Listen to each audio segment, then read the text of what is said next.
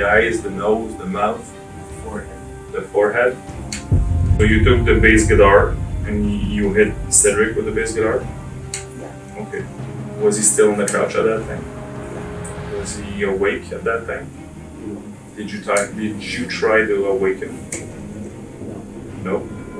From afar, it might look like there's nothing greater than playing your favorite music with your friends. Who wouldn't want to be in a band? But there's bad seeds everywhere, even in rock bands. When Cedric Gagnon disappeared in 2018, his bandmates were in shock. They thought his life was on the right track. He had a bigger and bigger group of fans adoring him and exciting plans for the future. Where would he go, and why? Shortly after, another band member was hospitalized in critical condition. Raymond Henry Muller had just tried taking his own life. It wasn't until this fateful incident that authorities started looking at Cedric's disappearance, and that's when it became a homicide investigation. Cedric trusted the Pirates band with his life. They had helped him find happiness again, and he was forever grateful. He never imagined his bandmate could be so jealous and hateful. What led Raymond to commit such a heinous act? And where is he now? This is the full story of Cedric Gagnon and Raymond Muller.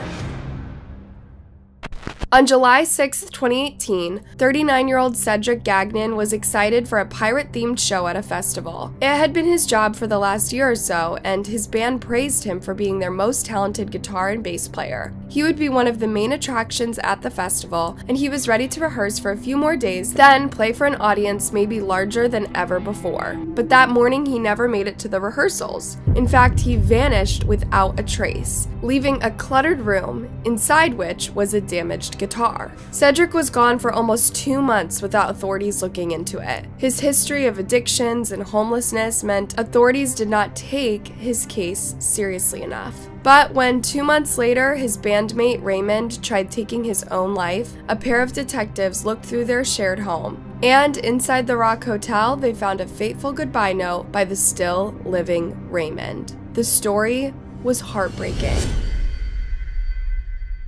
This case takes us to Montreal, Canada. It's a big city home to almost 2 million people and filled with history, culture, nightlife, and business opportunities. It's one of Canada's biggest financial hubs, but above all, it's Canada's largest culture hub. So if you want to see a great show while you're there, Montreal is a good starting point. You'll find a show for just about every kind of taste. Pirates was a different kind of band. Well, it was more like a pirate-themed collective rock folk project where a lot of members came and went. They weren't super famous or recognized in big music magazines. Instead, they were closer to a group of friends who loved making music and humor and chose to do it together. Their bass player, Raymond Henry Muller, was 51 in 2018. Before joining Pirates, Raymond would travel around Canada with his wife and 4 children on a raggedy school bus. They lived a free-spirited lifestyle, camping in one town or another for a few months and then leaving again. The kids were of course homeschooled, but you see, Raymond wasn't the dedicated father type. Instead, he paid more attention to his alcohol bottles than his wife or children. As his addiction got worse, so did his marriage. In 2016, Raymond's wife filed for divorce and moved with her children to Ottawa. The same year, Raymond was arrested for dangerously operating a motor vehicle, that is his school bus. But Raymond didn't want to be arrested. He led authorities on a crazy car chase,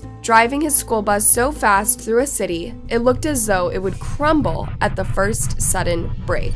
Finally, his bus was stopped by a barricade, but its wheels had already been pierced by studded carpets. Raymond wouldn't have stopped. He would have kept going until his tires reached metal. In court, Raymond claimed he was only speeding because he was rushing his sick son to the hospital, but that was never proven. And considering what Raymond did next, it's safe to say he lied then too. Raymond struck a plea deal, pleading guilty and avoiding jail time. By 2018, he'd sold his bus and moved to Montreal to be a part of the Pirates band. The band not only played together but lived together in a small apartment building they nicknamed the Rock Hotel. It was a cheap shared living space where many musicians crashed whenever they needed to get their lives back on track. Such was Cedric Gagnon, who joined Pirates shortly after Raymond. Cedric was 39 years old, and he'd been going through many highs and lows. His various addictions had led him to lose relationships, money, and housing situations. More often than not, he was homeless, and the Rock Hotel was his only choice. Unlike his flatmates who paid rent, Cedric lived there for free. Most of his friends had sympathy for his situation and would never have him back on the street. Plus, as far as Pirates was concerned, he was a very valuable band member. He was a super talented multi-instrumentalist who learned really fast. Whenever he could afford it, he would go to concerts and festivals, soaking in whatever styles or techniques he'd hear. And whatever his bandmates would show him, he would copy in an instant. His bandmates described him as a pirate to the core and deeply loyal to the band. They were more than happy to offer him some financial support and emotional comfort in exchange for his positive, dedicated attitude. Cedric might have been down on his luck before, but a few months into his Pirates venture, he was adored by fans and surrounded by women. And pretty much after each show, he would return to the Rock Motel with someone, and his bandmates would brag about him. It was thanks to him that they were now selling more tickets. He was charming, talented, and had the kind of stage presence that had people come to the front row. Meanwhile, he was still the only freeloader in the building. This didn't sit well with Raymond. Why should he have to pay and get half the attention Cedric got? Their bandmates would soon notice frequent fights between the two. It got so bad that one day a few pirates organized an intervention and asked one of the men to leave the band and the Rock Hotel. Sadly, neither of the men thought that they should leave. Cedric pointed at Raymond. Surely the older, less talented, less popular guy should leave, right? Raymond said the opposite. Cedric was 12 years younger, he had less experience, and well, he didn't pay rent. They were too proud to back down. One of them eventually did, but not in the way anyone could have ever imagined. Throughout the summer of 2018, the band prepared for a pirate-themed festival. But Cedric wasn't the same positive, energetic guitar and bass player everyone knew. He would snap at his bandmates, come late to rehearsals, and play just because the others wanted him to. Some people blamed Raymond for it. Perhaps the fights were really getting to Cedric. Other people thought his addictions were back, and as you might have noticed, severe addictions tend to go hand in hand with depressed self-hatred and the like. Cedric had gone through these troubles before, so his friends feared the worst. Then, on July 6th, he vanished altogether. This worried all who knew him. Some people had seen him drink more than usual, and if he was in trouble, he needed all the help he could get. But how could his bandmates help him if they didn't know where he was? When they looked through Cedric's room, his Rock Hotel buddies noticed something odd. Cedric's guitar was damaged pretty badly, as if someone had smashed it into the floor or into someone. When the other pirates asked Raymond about the guitar, he said he hadn't noticed that before. No one expected Raymond to despair over Cedric's disappearance. Still, they didn't expect Raymond to just be that passive about finding Cedric. When one pirate asked Raymond if he'd unalived Cedric, everyone laughed. It was intended as a joke. Indeed, no one imagined Raymond to be a monster.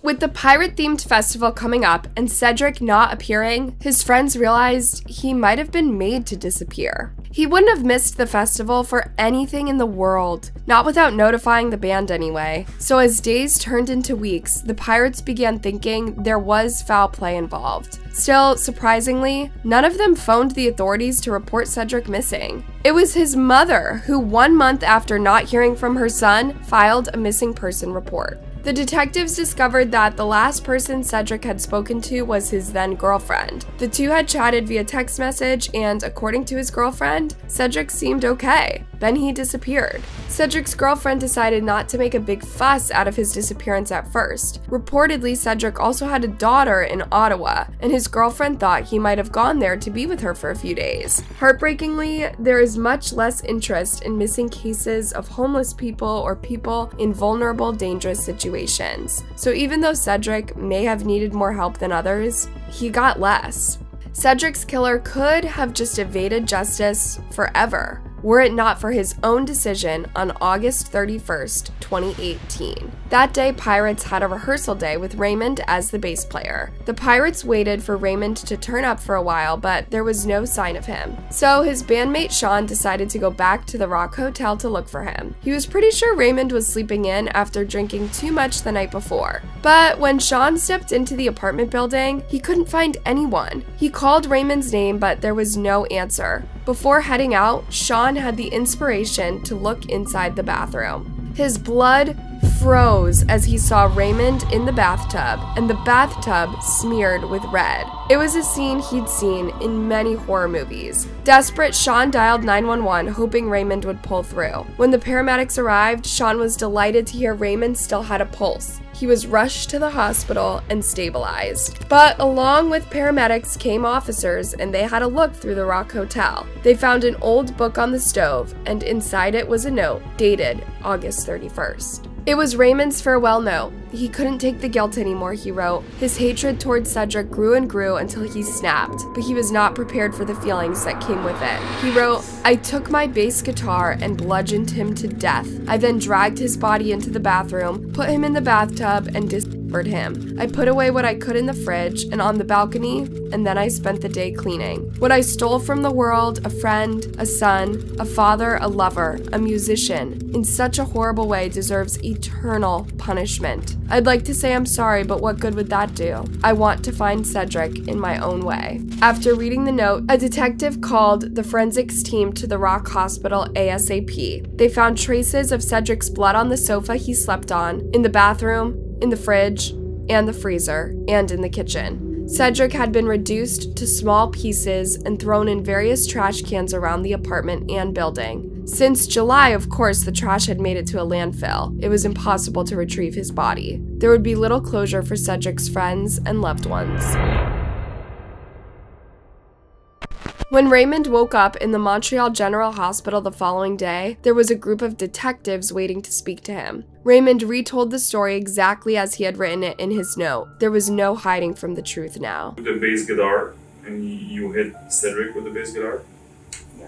Okay. Was he still on the couch at that time? Yeah. Was he awake at that time? No. Did you try to awaken? No. No? Do you recall on what part of the guitar you hit Cedric? It was the side. The side of it? Side.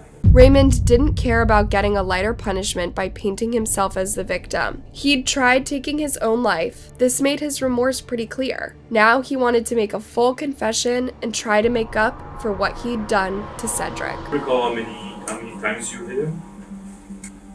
No. Was it more than one? Yeah, I think twice or 3 times. Twice or 3 times? And on what part of his body did you hit him? On his head. On his head? Can you be more specific again? Was it in the forehead, around the eyes, the nose, the mouth? Forehead. The forehead? Raymond wouldn't answer why he'd taken Cedric's life, though. But when the authorities spoke to Cedric and Raymond's friends and families, they began to see a clear picture. Raymond had recently lost his wife and contact with his children. He'd reached Montreal at a sort of rock bottom time in his life. He was hoping pirates would bring him happiness and a sense of purpose again. Just a few months later, a better version of him came along. At least that's how he saw Cedric. He was younger, taller, more talented on the instruments, and more popular with the fans and the women. On top of it all, he received more sympathy than he ever did. Cedric had been down on his luck, in a way perceived as worse by people at the Rock Hotel. He'd lost his house and had been through severe bouts of depression. People wanted to help him, and they did, but Raymond felt thrown to the side. His envy and jealousy turned to hate, and it all reached a boiling point one hot summer night. Raymond Muller's case was not over with his confession. Here are a few facts. Before disappearing, Cedric was drinking heavily again and behaving in a more unstable way with his bandmates. 2. Raymond gave a full confession through a note and a hospital interview. 3. Cedric's body could not be retrieved. Together, these facts made a strong case for Raymond's defense, that he almost dodged the murder charge. Yep, after Raymond was released from the hospital, he teamed up with a lawyer. He had second thoughts about dying in prison for unaliving his friend. His lawyer came up with a brand new story. Raymond had only written that note as a fantasy lyric to a new song. He had never done anything to Cedric. If anything, he was worried about him. He he'd been behaving oddly the last few weeks. And with Cedric's history of depression and addiction, it wasn't unlikely for him to have taken his own life. What's more, as Raymond was interrogated in the hospital when he was barely awake and recovered, he could argue that he was manipulated into confessing. His speech is slurred, he struggles to find answers to the detective's questions. It doesn't look right. The first trial ended with an undecided jury, a mistrial. The second trial, however, would end with a verdict. Raymond's story seemed implausible. The idea that his confession note would be lyrics for a new song was pretty hard to take seriously. When Raymond said he was trying to honor his friend, the jury thought it was a load of bogus. Raymond Muller was found guilty and sent to prison for life, with the possibility of parole after 25 years. 5 more years were added for the heinous way he disposed of Cedric's body. Raymond and Cedric's case is a heartbreaking story filled with loss, bad luck, and second chances. But while Cedric took his chance with open arms, Raymond chose a hateful side. He could not stand that other people were in need of help too, and he let his worst impulses take control. Now he will be forgotten in prison, while Cedric is remembered as a great musician and a kind soul who deserved better. Hey, thanks for watching. What are your thoughts on this case? Do you know other similar stories? Let me know in a comment, and before you go, make sure you like and subscribe. See you next time.